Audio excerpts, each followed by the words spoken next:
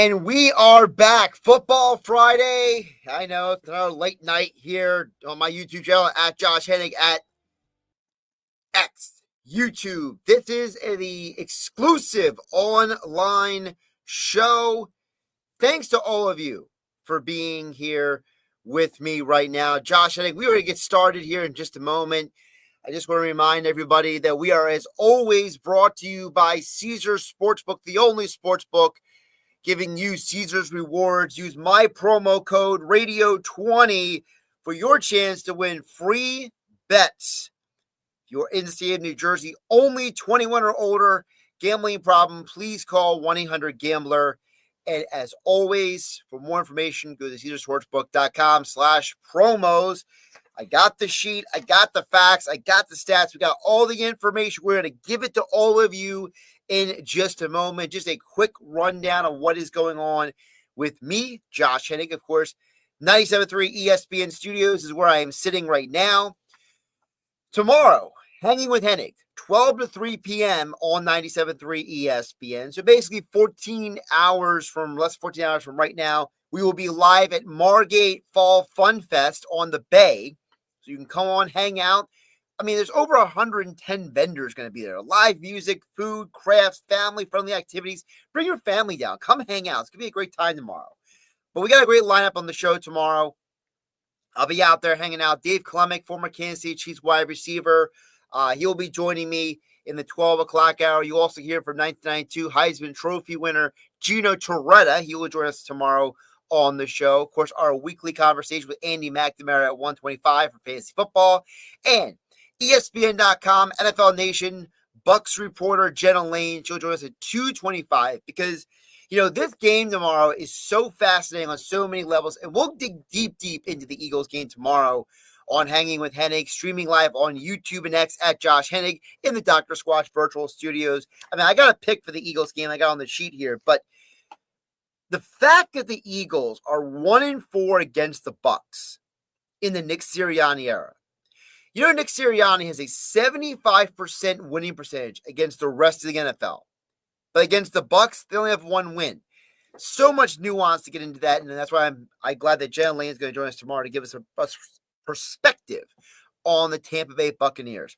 Also, Football Friday show brought to you by my friends over Tropicana in Atlantic City. They are the perfect watch and wager experience at the Gridiron Pit with high-definition TVs, table games, and, of course, Tailgate-inspired menu for you to check out at the Gridiron Pit inside Tropicana Atlantic City. We will be back there next month, October 25th. So you can still go there this weekend. I mean, come on. There's tons of football. And that's why, for goodness sake, I don't know what was more distracting. The fact that Aaron Nola went 8 innings and had his best start of the year, or the fact that Florida State, Virginia is a 35-35 game with 12 seconds left. I don't know what's distracting me more tonight. It's like my ADHD is on overdrive, but here we go. All right.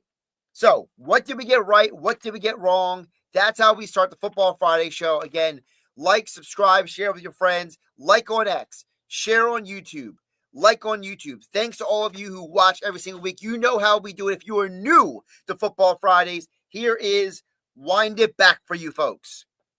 2018, sports betting became legal in New Jersey. Ever since then, I, Josh Hennig, with 97.3 ESPN, have been giving all of you sports betting picks over the years. We always hit in the 60 percentile. Not because I'm the smartest guy in the world. Not because I have information you can't find anywhere else. It's because I have insights and perspectives and knowledge and information that I have gathered over time, and I present to all of you. So all of you, if you're going to wager, you're wagering responsibly. But you also can learn a lot from sports betting. And this is the conversation that we can have again another day. But when it comes to sports betting, you have to remember the sports book's main objective is for you not to win. So the more you understand what the numbers mean, why they mean what they mean, you also understand a little more about football, because all sports betting numbers is another form of analytics. It's another form of numbers-driven data that helps you understand the game. And for example, last week, one of the picks that we got right was a game that I got to tell you guys, I really thought if I was going off of my gut, my football feel, I played football, I watched football my whole life, right? If I would have gone off of that mentality, one of the games we would have not gotten right last week. I mean, not even close to getting right. I'm going to pull it up real quick because I want to get the exact number right. Because we went 8-4 in the college football picks last week. One of the picks that if I would have gone off of my gut, my football feel, one of the games we would have gotten wrong if it wasn't for the numbers, if it wasn't for the analytics. Syracuse plus 17.5 and Maryland plus 10. Okay. The reason why I isolate those two games is because Maryland and Syracuse both won those games outright. Now, the football guy, right, I played football, would have said, come on, there's no way Maryland is going to go into Wisconsin and cover that spread. How is Syracuse, a team that has struggled in recent weeks, going to go to Clemson and take down Clemson? Well, what did we do? We said, why is Maryland plus 10? Why is Syracuse plus 17.5? Then you dig a little deeper and you find out, well, the odds makers are trying to get you to go a different direction. Why? Because they want you to say, bet with your gut, bet with your instinct. There's no way Wisconsin's going to lose this game. There's no way Syracuse is going to cover 17.5 points. It's just too much. But we told you right here. Football Friday showed. Take those picks. Both of them hit. Now they went outright. Maybe if someone would have teased those numbers, would have gotten a better value for it. Now, what did we get wrong? Well, I really thought Tulane was going to cover the spread against Ole Miss. And Ole Miss is on this sheet right now because Jake Retzlaff was so bad, they benched him at halftime. He looked horrible. He started 0 for 5 passing. He looked like he was lost, dazed, and confused, didn't even belong in college football. So we got that pick wrong. We also got the NC State cover spread wrong. Now, we got the over on the team total. We got Nebraska over on the team total, but we got NC State and Nebraska wrong on the spread. Here's why. And this is not because the odds makers outsmarted us. This is where we outsmart ourselves sometimes. Because when you overthink sometimes, you start going down rabbit holes, right? And I looked at Nebraska and Michigan as a game where there was no way a young quarterback was going to go on the road again and not struggle. But I was wrong. Bryce Underwood did a very good job at managing his emotions. The coaching staff did a good job managing expectations and put him in a position to be successful. Where he struggled at Oklahoma, he was much better at Nebraska. On the flip side, NC State, we looked at that number and said, come on, NC State's team that scores 30-plus points a game. They are going to have a great day at Duke, and they're probably going to beat them, right? Because what we did in our minds is we put NC State in the same category as other teams, not understanding that Duke at home should have been the lean. We went against what are the rules, okay? There's always rules that you should follow in life, right? You always should tell the truth, always be honest, even if it gets you in trouble, right? Well, one of those rules is in sports, I am a big believer in college football. The home team should always get the lean because the home environment matters. And if you look at the picks from last week, you see that many of those cases, the Miami game we got right, for example, the USC game that we got right, for example, those are examples of games where when you lean with the home team and you know it's the better team, or you know that the environment is something the other team can't handle, you run with it. So that's what we got right and got wrong in college football last week. Let's get into the picks for this week. Football Friday show presented by Caesar Sportsbook at Tropicana Atlantic City. All right. Overall, we are 33-17 on the year. Excuse me. That is a 66% hit rate. So I did the homework, put in the time, I did the research. I deleted some. You know what's funny? before we get to these picks, because I'm going to start off with two teams that used to be in the Pac-12 that are on the Big Ten, that being USC and UCLA. That's the first two games we're going to hit on and preview real quick. But I go back to something that's very interesting. For those who don't know my process, I treat my show prep, my picks, as if like I'm writing a paper for college. Like I create a rough draft, and then I edit it, and then I review it, and then I cut stuff out and add stuff in. So I actually cut 3 games out of my preview list because by the time I was done researching those games, I realized some of them are what we like to refer to as watch and see games. They are not pick games. You can't pick every single game because there's no point in picking every single game. Some games you just want to watch and see what happens. Like this Florida State Virginia game, which is in overtime right now. FSU trying to get the road win, but they're only up 3 in overtime. Virginia scored a touchdown here. They win the game. This is a watch and see game. This is just a game you're like, hey, let's see what happens. And this game's been nuts. But another game that, I originally had something looking at was Cincinnati, Kansas State. And this is an example of where you got to look at the odds maker and realize that, again, what is the job of the sportsbook? To take your money. So they put out numbers not just to give you information, but to manipulate you. Kansas State, Cincinnati is a manipulative game because Kansas is a minus 4.5 point favorite at home. Now, you might say, well, Josh, they're a home favorite. So that should be a lean for you, right? That goes with one of your rules. Well, the problem is when you look deeper at the game, you realize that Kansas, their one loss this year is when they were playing a rival. Were games that they were, for the most part, substantial favorites, right? This is a much closer number. When they beat West Virginia, they were a 12.5 point favorite. When they beat Wagner, they were a 45 point favorite. When they beat Fresno State, they were a 14 point favorite. This is only 4.5. That was the first red flag. The second red flag, it is not, again, if you go to my friends over at Caesar Sportsbook, you see that they are not a minus 110 odds. Now, what is that value? Minus 110 is a general number for odds making. That means that the number value, the betting value attached to the number value, it basically means this is a straight favorite. But it's minus 112. At certain books, it's minus 118.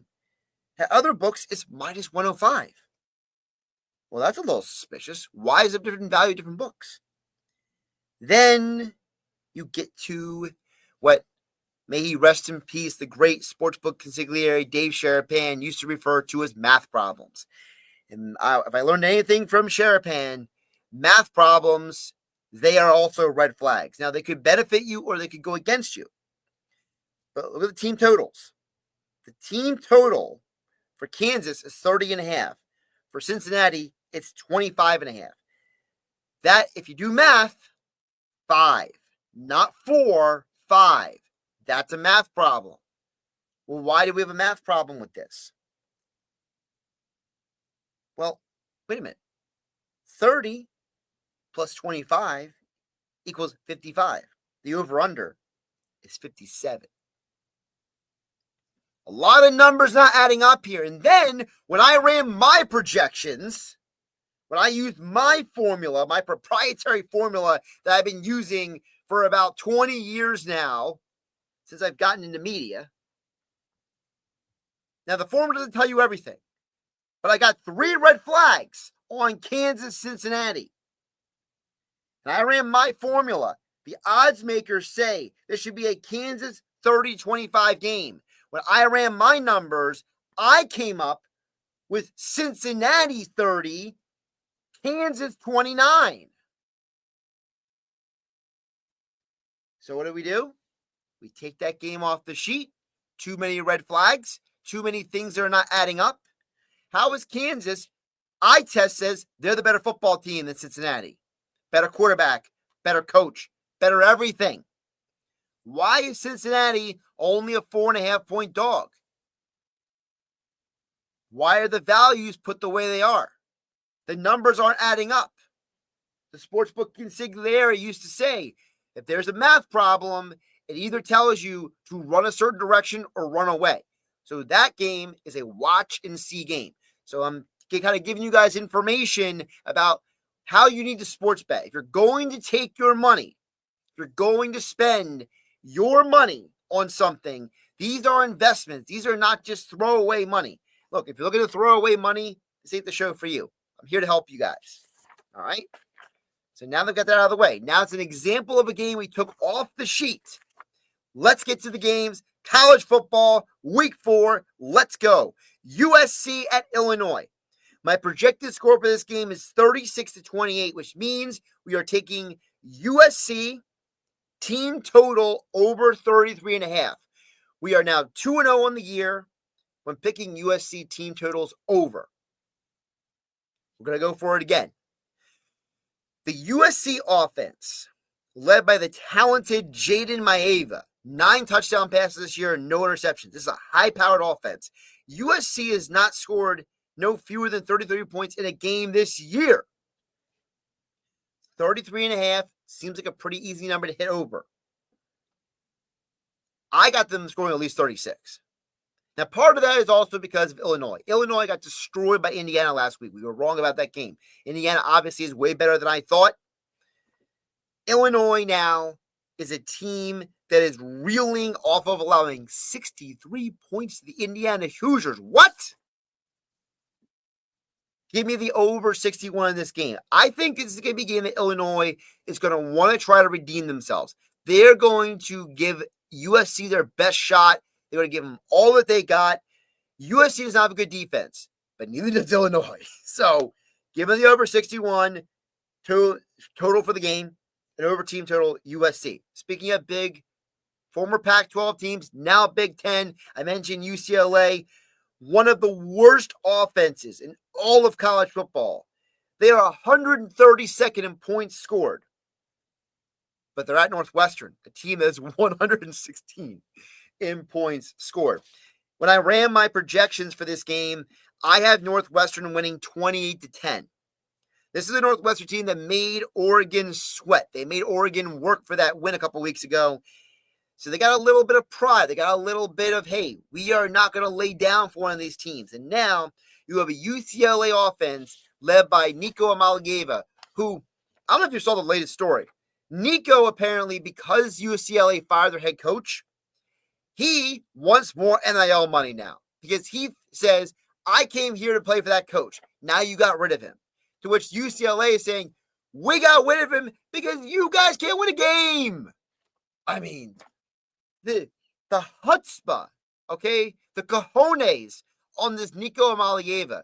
This kid has, it's like he hasn't been embarrassed enough. It's like he hasn't gotten the message yet. You're not as good as you think you are, kid. You are the 132nd offense of college football, but you want an NIL pay raise? So I got Northwestern covering the 6.5 points. Because again, my projection score is 28-10. But I also got the under 45.5. I don't think it's going to be a high-scoring game. It's already been if UCLA can't score points very well anyway, and neither can Northwestern. I think Northwestern is the home team. And remember, West Coast to East Coast. We saw how it impacted Oregon. We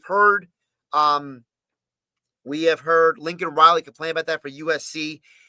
These West Coast to East Coast teams and games, they don't like it. So I think it's going to hurt UCLA a lot. Nico is a brat. Give me Northwestern to cover 6.5 and the under 45.5 total. All right. 3:30 games, much more high-scoring expectations for these games. But you might be surprised how I'm going. Down to SEC country. LSU, Ole Miss. This is one of my favorite games of the day. I'm so glad that we get to hear from Gina Toretta tomorrow on Hanging with Hennig on 97.3 ESPN and streaming live right here on YouTube and X. Like, subscribe, share it with your friends. We're all hanging out together. Football. Gino is calling this game tomorrow for Touchdown Radio. And you can hear the game on our sister station, Rock 1041, on the Rock 1041 mobile app. This Ole Miss LSU game's got so much going on. Before we get to the exact pick, for those who haven't seen, so Lane Kiffin's daughter is dating one of the LSU defensive players. Lane Kiffin, the father, the head coach of Ole Miss, tweeted or X platform posted at the picture of his daughter announcing that she was dating the LSU player, and he said, "Take the over." Now, obviously, Lane is being a troll, and he's a great social media follow. But there's going to be some interesting nuance to this game beyond just the Lane Kiffin personal family aspect. It's also the Ole Miss defense has only had trouble against one team this year, Tailing Green, Arkansas, with a mobile quarterback. Otherwise, they've done very well against regular college football passing quarterbacks. And the LSU defense is good, but it has struggled at times. This over-under is really high, 56.5.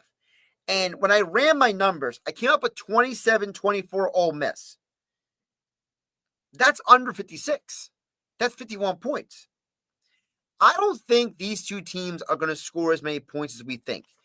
Trinidad Chambliss has been a revelation at quarterback, but he hasn't played a team like LSU yet. There is a scenario where Chambliss plays well, but doesn't play like an elite quarterback, and Ole Miss still wins the game.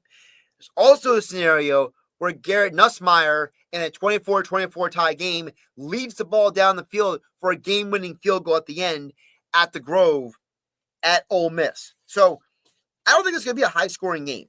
I think the defenses are going to limit the quarterbacks at times.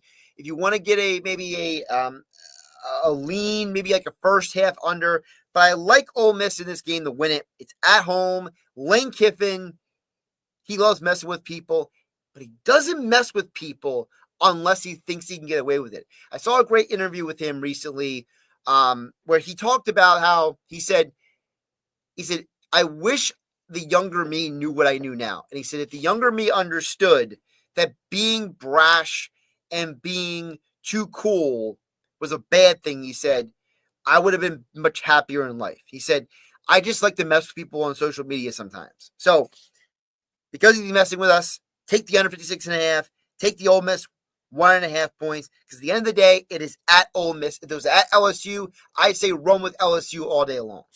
But because it's a road game for LSU, I'm taking Ole Miss. Sticking in the SEC, Auburn at Texas A&M. Projected score, 30-29, which means we're going over 52.5 is the pick for this game. Why? Because the Aggies defense has been one of the biggest letdowns in college football this year. They are allowing 28.7 points per game. It is one of the highest totals for a Mike Elko coach team. This is a coach who loves defense. But for whatever reason, his defense is struggling. Auburn, their offensive strength is the rush game. They average almost 200 rushing yards a game. That is Texas A&M's weakness.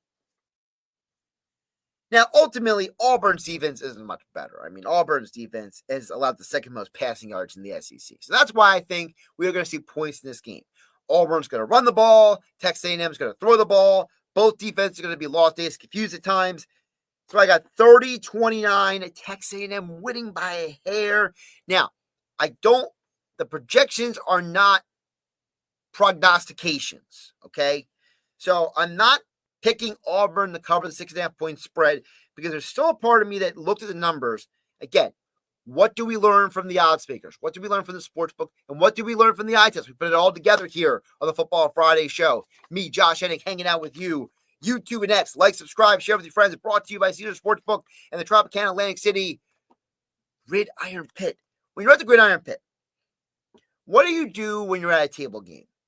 One of the keys that I learned from people who are much more talented than me when it comes to gambling, when it comes to reading people, when it comes to reading a room, you can learn from the dealer. You can learn from the people at the table. The way to beat another person at a table is to observe them. And what do they call it? They call it a tell, right? Tipping your pitches in baseball, a tell at the table, a quarterback cadence being too predictable. These are all elements that allow you to get an upper hand on the opponent. Well, the odds makers are telling you that while Auburn is a dog in this game, that they are not a strong dog. They are a team that could easily lose by 10 points in this game, just as much as they could only lose by 1 point.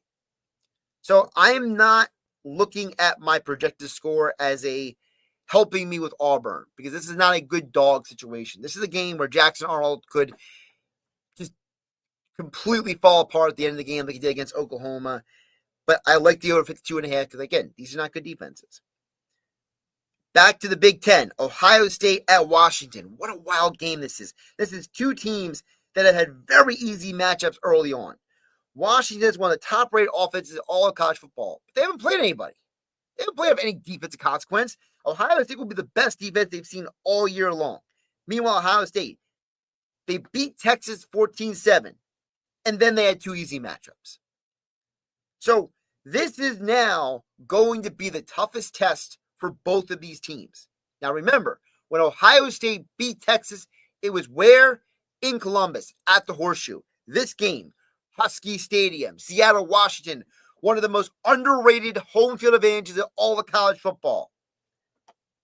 All these factor in, which is why I think Washington is going to cover this 8.5-point spread. Washington is the home team. Ohio State's first real road test. You don't think that for as talented as Julian Sain is, you don't think for 1 minute that he might have a little bit of trouble in his first true road game?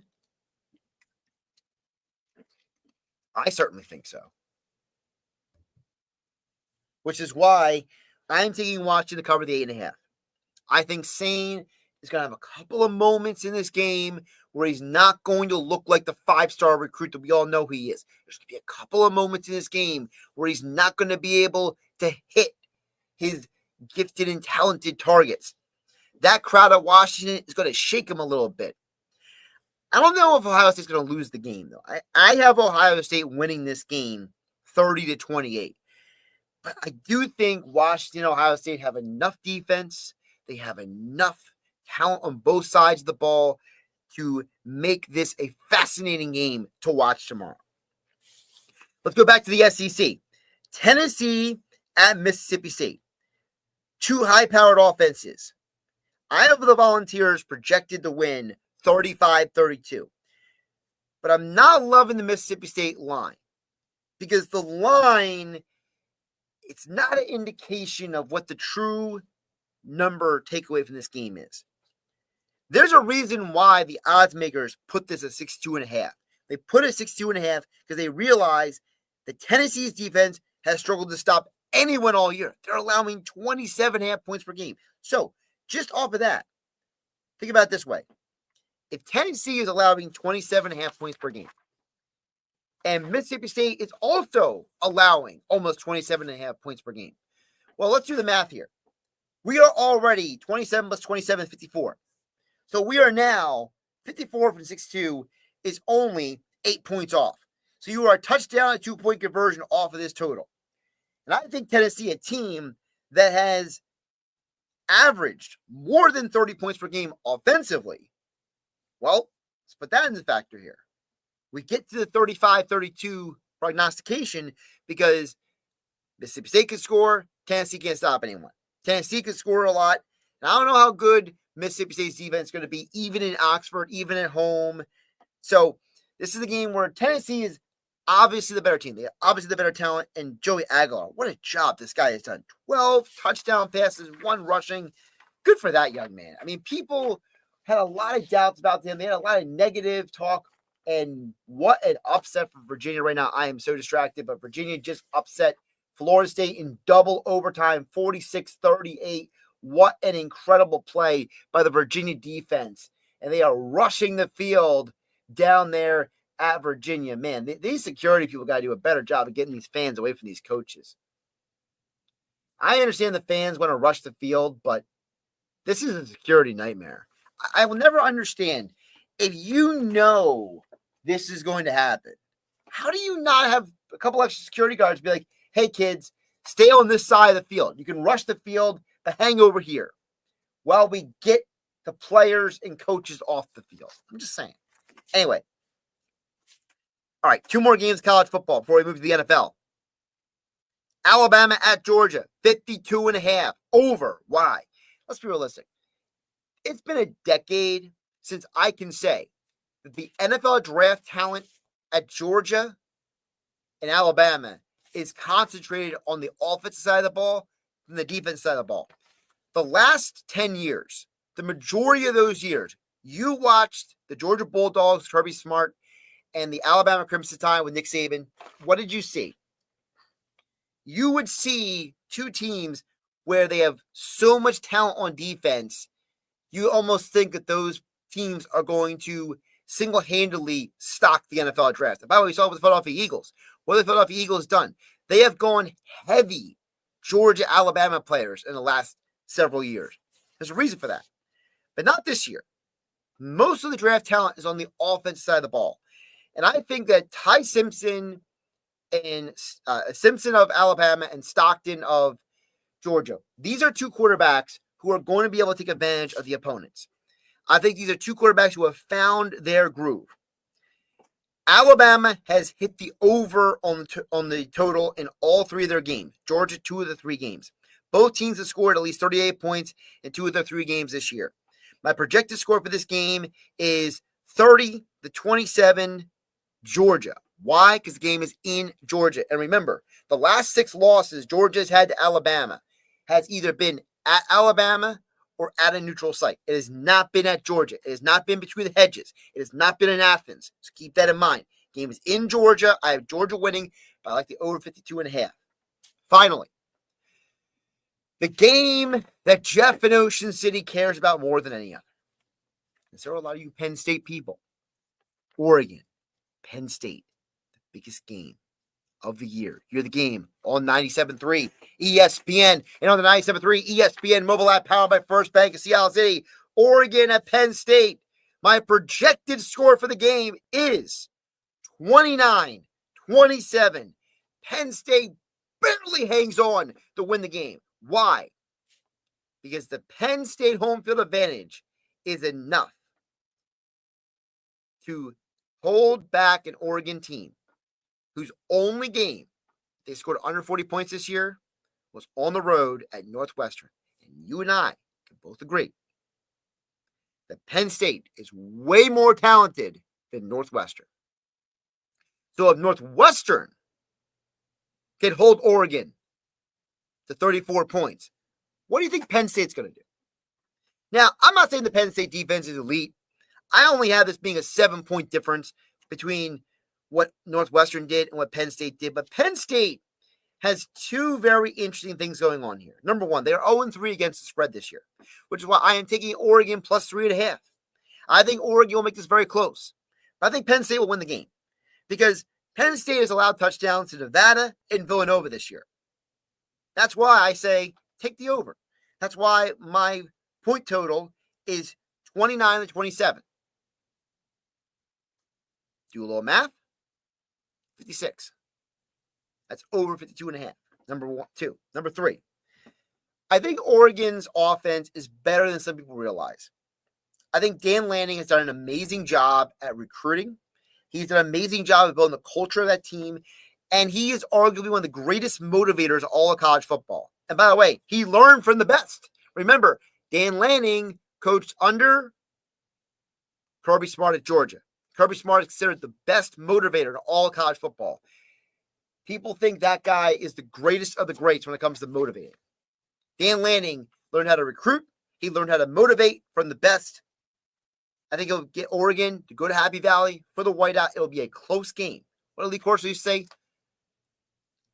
I like it, but close. Close. So give me Oregon plus 3.5, but also the over 52.5 at Penn State for the whiteout. Penn State wins, but marginally.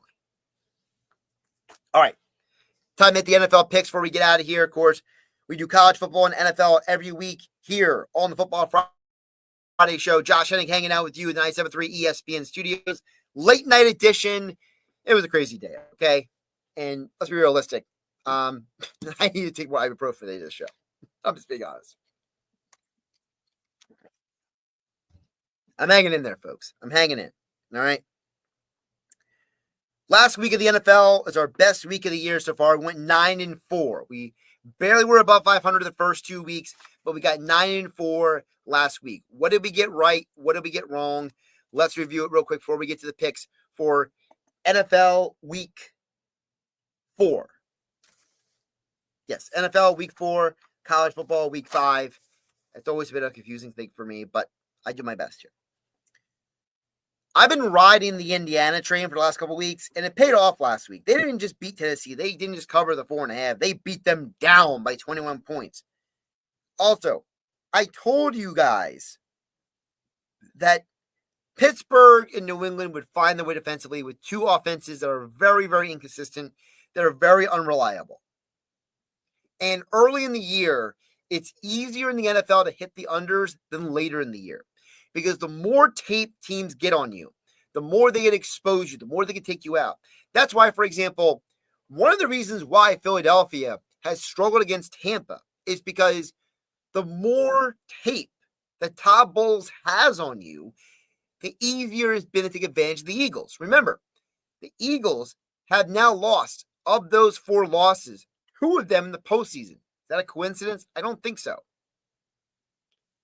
I think it's very obvious that when Todd Bowles has time to prepare for you, he is going to have a good game plan. And in the NFL, the more tape teams have on you, the more they can plan to stop you. And so I think early in the year, you have to look at who was fast coming out of the gate.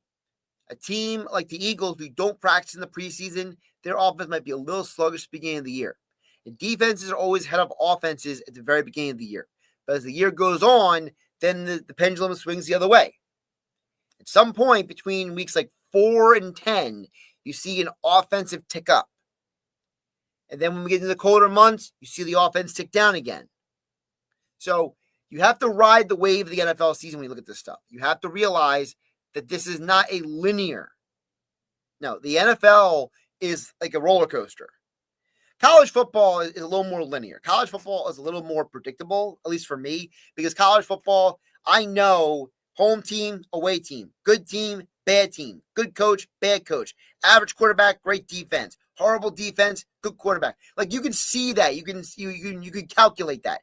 You can't do that so much in the NFL because in the NFL they're all talented, they're all great. You know, look at the Pittsburgh Steelers for example. Aaron Rodgers had an amazing week 1. The last 2 weeks, not so much. Does that mean Aaron Rodgers is washed, or does that mean the team saw the week 1 adjusted? The latter. Now, what did we get wrong? The prop bets we got wrong. We struggled in the prop market last week. We got the Dak Prescott number wrong, and we got the Michael Penix wrong number. And I think that's because I leaned too much into what had happened the previous 2 weeks. I did not look at where those teams were trending. I did not do a good enough job at looking at that the Panthers were trending in a positive direction and the Falcons trending in a negative direction. I did not notice the Bears were trending in a positive direction and that the Cowboys trending too much in a negative direction. I didn't focus on how the teams were playing. I focused too much on the numbers. So again, this is where the gut check, the eye test versus the analytics can flip for you. Sometimes you lean too much on the analytics and not enough balancing it with the eye test, and it gets you wrong. So 2 of the 4 picks I got wrong were literally because I leaned too hard into the numbers, too hard into the analytics, and I didn't let the eye test tell me with those 2 picks. Now, the gut feel, that's how we won Detroit-Baltimore, because when we saw the injuries were mounting, I didn't need analytics to tell me that game was going over. I knew it was going over because Baltimore, without Matabuke and the Lions with multiple injuries in their secondary, told you where that game was going. Now, no analytics, no eye test, no prognostication going to tell you that Derrick Henry is going to fumble the ball the way they did in that game. And that game would go sideways the way they did real quick. We got the over right, but maybe we didn't have the game playing out the right way. So you got to keep that in mind. Sometimes you lean too hard into the analytics and it bites you. And now when you look at the NFL this week, before we get to the picks, a couple of players who are out for this weekend to keep in mind for fantasy football, sports betting, or you're just hanging out with your friends watching the game. Okay, your favorite team. There's a couple of injuries out there that are very important. Number one, no Jaden Daniels this week. It's Marcus Mariota again. No Terry McLaurin. So does that mean more shots for Deebo Samuel? Does that mean more touches for guys like, Crosby Merritt, he might even play this week. So I don't even know if that's the answer. But look at the Washington offense and say, how is Marcus Mariota's last week going to impact this week? No Daniels, no McLaurin. Another player, Mike Evans of the Bucs. Mike Evans is arguably he is a future Hall of Famer. Not having him on the field drastically impacts this game. Because remember, some of those losses for the Eagles versus the Bucs, or because there was no A.J. Brown. Well, who was on the field for all those Bucs wins? Mike Evans. Could impact Baker Mayfield, who also is dealing with a bicep injury. Now he's expected to play, but we'll see. How about this for a conversation? Tyrone Tracy is injured for the Giants. So now you have a rookie quarterback starting with the Giants, one less weapon for him. Something to keep in mind. Finally, I mentioned Matabuke earlier. He is out again for the Ravens. That could very, very, very much benefit the Kansas City Chiefs. Now, that's an example of a game where when I ran the numbers, I thought Chiefs, Ravens, that's a game I'm going to pick. And I said, not so fast, my friend, to quote the great Lee Corso. Not so fast. Because that's a game where the numbers don't add up. The over-under, team totals, don't add up. That's one red flag. Team totals plus the spread don't add up. Chiefs, 2.5, but the team totals add up to 4. Not so fast, my friends. That's 2 red flags. Third red flag. Why is that number begging you to pick the under? But both teams have injuries on defense. 3 red flags. 3 red flags means I'm out. Look, in life, sports betting, your professional life, your personal life, anything in life, you start adding up red flags, you get out of Dodge as fast as possible, okay? I'm a firm believer in you don't need no red flags in your life. You remove the drama, you run away as fast as possible. That's how I look at it, and that's how I'm looking at the Ravens and Chiefs at the watch and see game. 2 1-3 teams, 2 1-2 teams. That's a game where I'm just going to sit back and be like, all right, I'll see what you're doing. I'll see who shows up in that game. So let's get to the games I do like. All right. Saturday morning, Dublin. Early wake-up call for some of you. 9:30 a.m. Eastern, or that's 6:30 Pacific. Vikings, Steelers. Now, I originally was going to go one way in this game. But when I started doing more research, I realized the pick in this game is, I think that the Vikings are going to score more than 21.5 points. Now, part of it is because Kevin O'Connell did such a great job with Carson Wentz last week that I got to give this offense credit. I got to give KOC and the Vikings credit for putting together a game plan that is going to be able to be easily replicated. It's not that Wentz was doing anything, too simple or too extravagant. Kevin O'Connell said in an interview this week, I think it was on the Pat McAfee show, but he was saying that they want Carson Wentz to function like a point guard. They're not asking him to play hero ball. And Carson Wentz told the media that he is more than happy to be a distributor. So if your quarterback is buying into what you're doing, that's a good telltale sign for all of us watching that what we saw last week against the Bengals, that is duplicable. That is something you can replicate. That is something you can do multiple times offensively. So I like the Vikings over 21.5. My projected score for this game, 26-22. I tend to think that the Steelers are going to win this game, but the Steelers defense struggled so much this year. They're allowing 246 passing yards against this year. That's a clear sign that Carson Wentz should have a good game against a Steelers passing attack. Also, Steelers averaging 25.7 points per game against. I just don't see a scenario where the Vikings are going to have trouble scoring. I think the Vikings score more than 3 touchdowns. Now, might be 3 touchdowns and a field goal, but I think they're going to score. And again, what Kevin O'Connell and the Vikings are doing is something that is easy for them to replicate. It is easy for them to reproduce. And with the struggles of Steelers defense, I like the Vikings over 21.5 points in this game. Now, a game that's going in the complete other direction. Titans-Texans, under 30.5. I do not care as the Titans head coach Brian Callahan is no longer calling plays. It doesn't change the reality that the offensive line and the talent around rookie quarterback Cam Ward is just not good enough. Now they're going to Houston, to a Texans team that is the number 1 scoring defense in all the NFL. They allowed the 4th fewest total yards against. There is no scenario where I see the Titans offense waking up all of a sudden this week. But the Texans aren't a great offense either.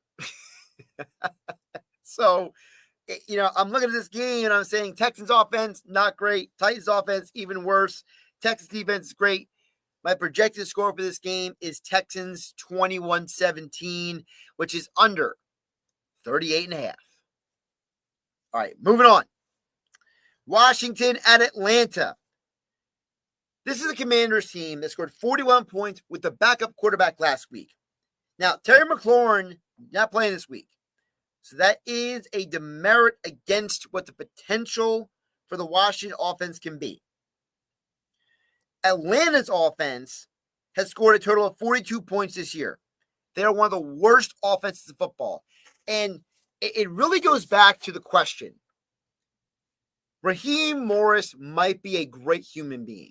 He might be a great coach. But obviously, he is still a defensive-minded coach. The majority of his expertise is with defense. It's obvious that whoever's offensive coordinator is not getting the most out of Michael Penix Jr., Bijan Robinson, Kyle Pitts, Drake London. You have 4 young, talented players who are all high first-round draft picks.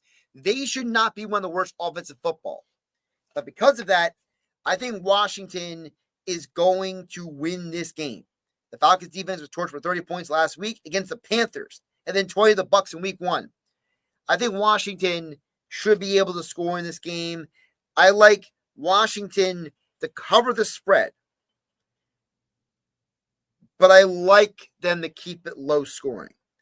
I think Washington scores between 23 and 26 points, but I think Atlanta struggles to get to 17.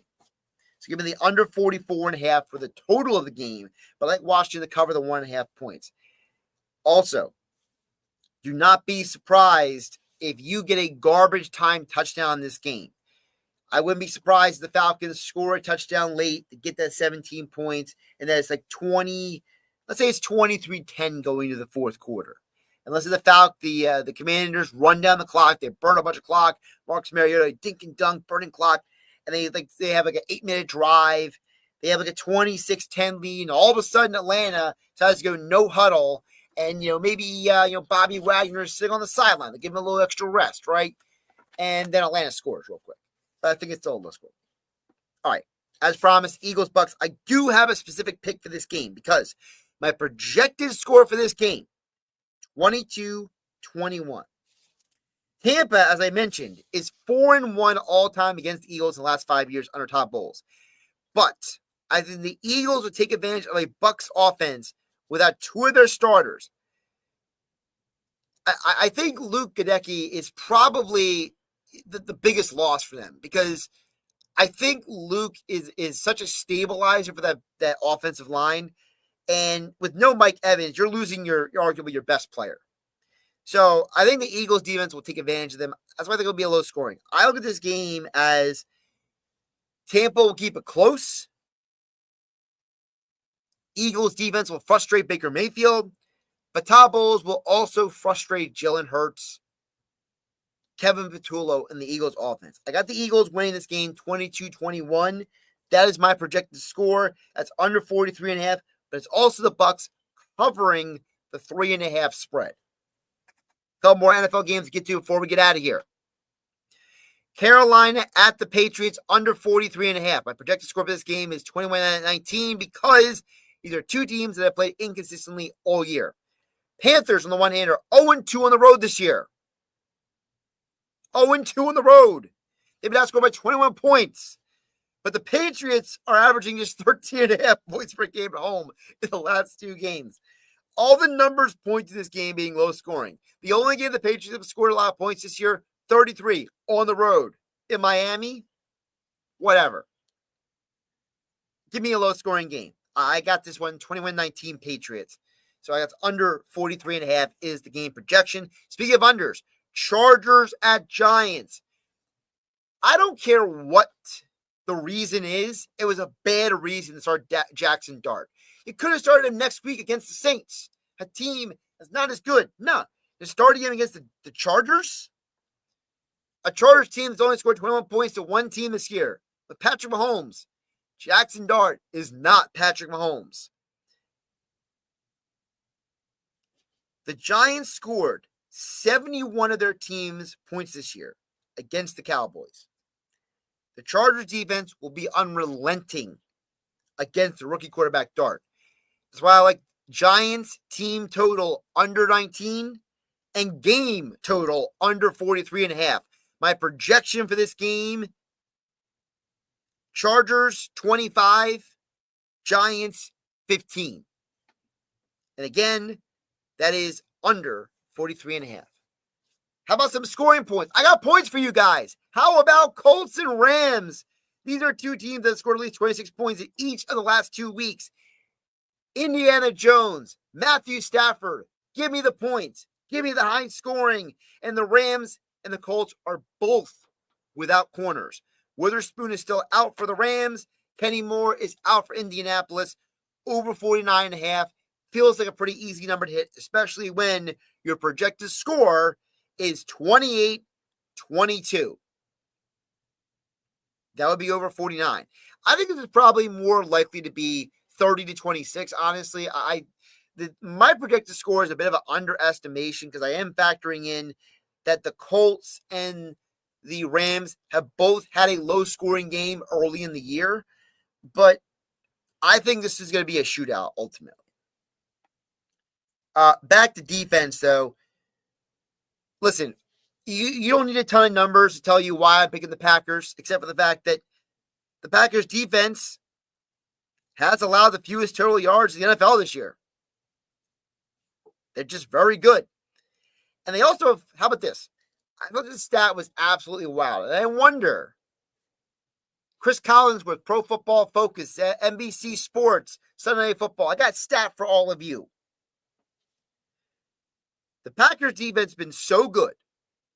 They have 45 sacks this year, but they have blitzed the second lowest percentage in the NFL.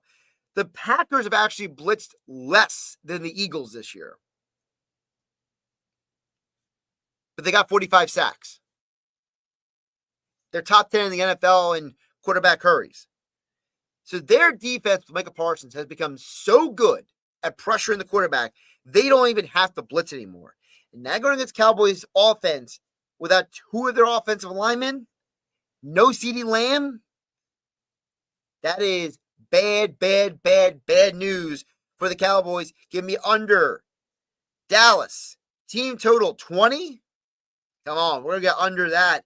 My projected score for this game, 27-18, which means also take the Packers -6.5, -7, depending on what book you're using. But we use Caesars Sportsbook. Remember, Caesars Sportsbook, the only sportsbook app with Caesars Rewards. New Jersey users use my promo code RADIO20X to get bonus bets right now when you download the app.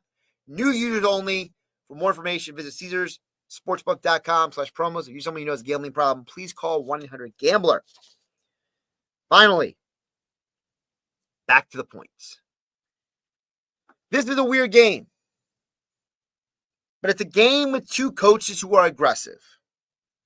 Monday Night Football, Jets, Dolphins. I think it's going to be high scoring. These are two teams that are among the worst in the NFL in points per game allowed defensively. The Jets are allowing 31 points a game. The Dolphins are allowing 32 points a game.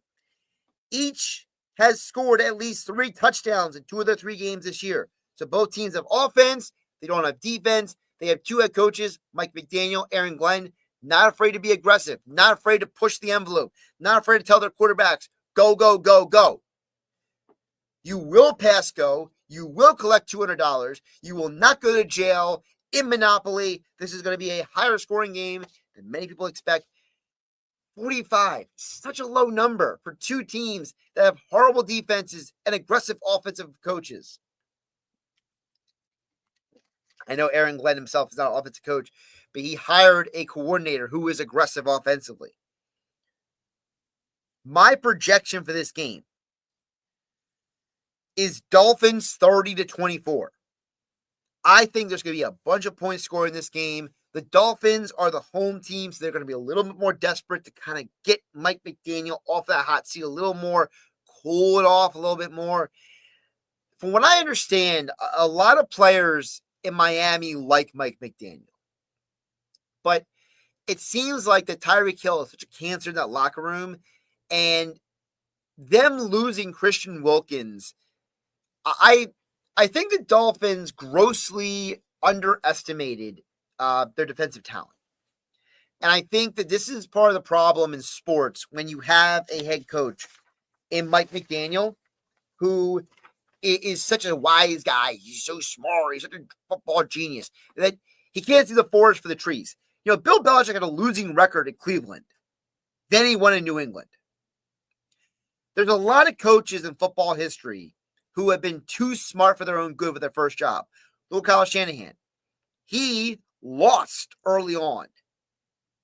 Then he became a better coach. Then he became the head coach of 49ers.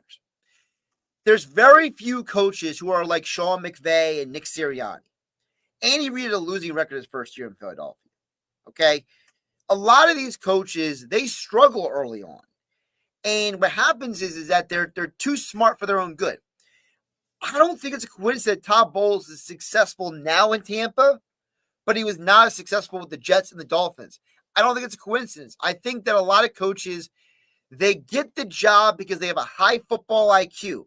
But that high football IQ is not in line yet with the other elements of being a football coach. I think Mike McDaniel, he doesn't have enough veteran coaches around him, and he does not have the best personnel people above him to be a complete package. I think that one of the things that makes a team, just use the Bucs as an example, they're on my mind because the Eagles are playing them this Sunday. Jason Light with Bruce Arians and now Todd Bowles is such a good working relationship because you have an executive and a coach who kind of balance each other out. I don't think Chris Greer and Mike McDaniel do a good enough job balancing each other out. And I do have to wonder for a Dolphins team that did have a better defense years ago. Remember, there was a time that they had Christian Wilkins and Andrew Van Ginkel and Xavier Howard and Jalen Ramsey, and now all of them are gone. Is that just a coincidence? Or is maybe Mike McDaniel too smart for his own good? Is he too much of a football smarty pants?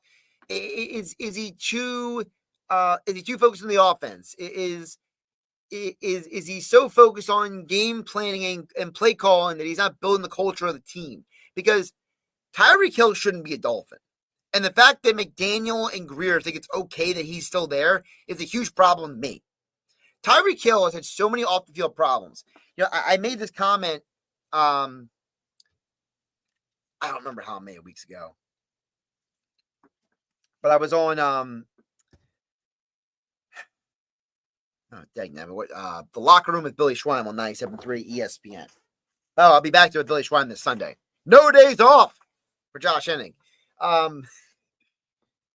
made a comment before. I said, one of the things that Howie Roseman has been criticized for, but it is paid off in spades, is that Howie Roseman has said, I only want to have high-quality people in my locker room. He made the comment to Todd McShay on his podcast back in March.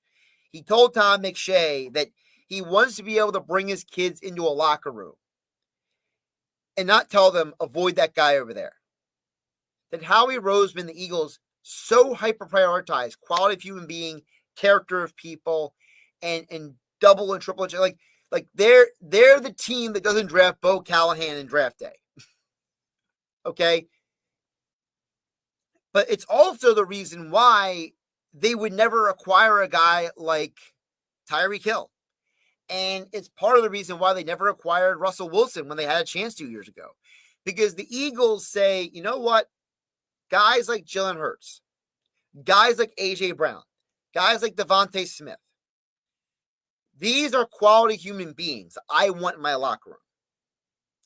And one of the problems in Miami right now is Tyreek Hill is such a problem that the Dolphins might not want to keep him, but nobody else wants him. I think the only place that Tyreek Hill could go to at this point and it be controlled is the Chiefs. Because the problem is that if you're a father, if you're a parent, if you're a business owner, there's no circumstance where you want to hire Tyreek Hill. Tyreek Hill has had more than enough domestic incidents against him off the field that should make you question why he's even on the field. We ran Antonio Brown out of the NFL, and he did it in part to himself. He self-imploded. He self-destructed. Tyreek Hill is getting very close to that line. And if you're a parent and you look at Tyreek Hill and you say, I would never let my daughter, I would never want my son to hang out with him, my daughter to date him, right? If you're an organization and you say, I would not want to employ him, even though talent-wise, he's one of the best wide receivers in all of football, but personality-wise, character-wise, this man, he hasn't grown up.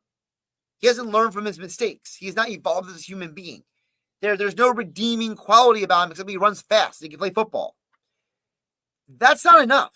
And I think the Tyreek Hill situation is going to be what ultimately dooms the brain trust of the Dolphins.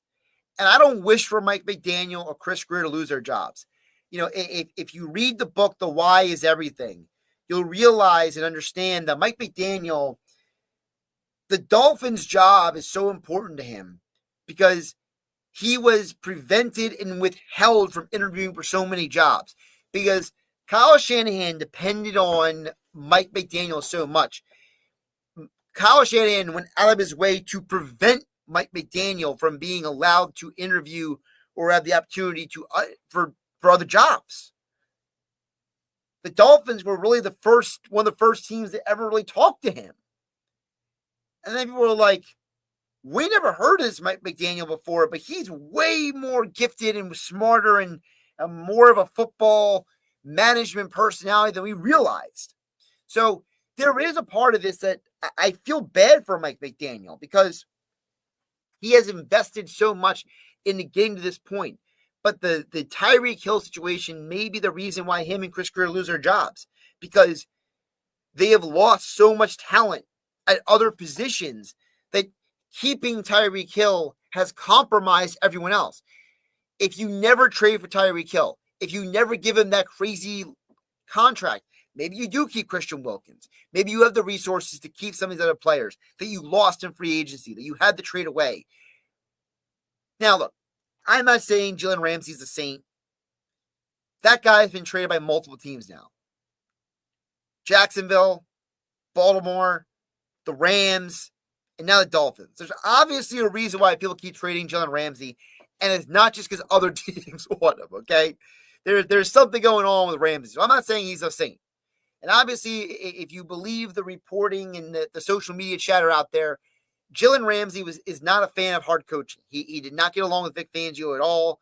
And you see how Fangio has become arguably the greatest defensive coordinators in the Eagles' history, and Jalen Ramsey couldn't even stay in Miami.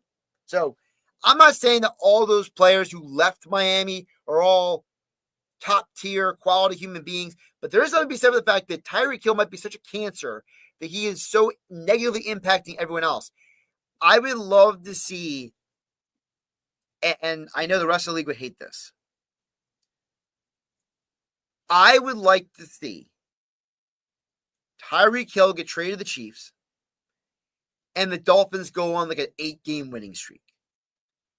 Because I think it would be the only thing that saves Mike McDaniel's job. Because I don't wish for McDaniel or Chris Greer to lose their jobs, but I see what they don't see potentially, which is Tyreek Hill is doing more harm than good for that organization. And I think the maturation of Tua, I think the work ethic of McDaniel, and I think if the Dolphins can do a better job at investing in the offensive line, I think they will be more than fine without Tyreek Hill long term and short term. All right.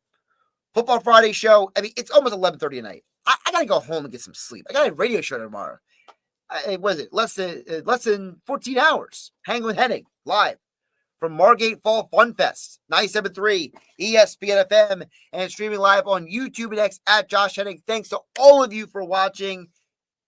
Remember, these are projections. These are my opinions, my thoughts. They are in no way guarantees. There's no. I'm not promising anybody anything. These are just fun football conversations using analytics, using numbers, using the eye test, bringing it all together, bring you the Football Friday preview. Enjoy your weekend. And I'll be back tomorrow, 12 to 3 p.m., hanging with Hennig on 97.3 ESPN. Thanks for watching. Have a great night. I'll catch you tomorrow.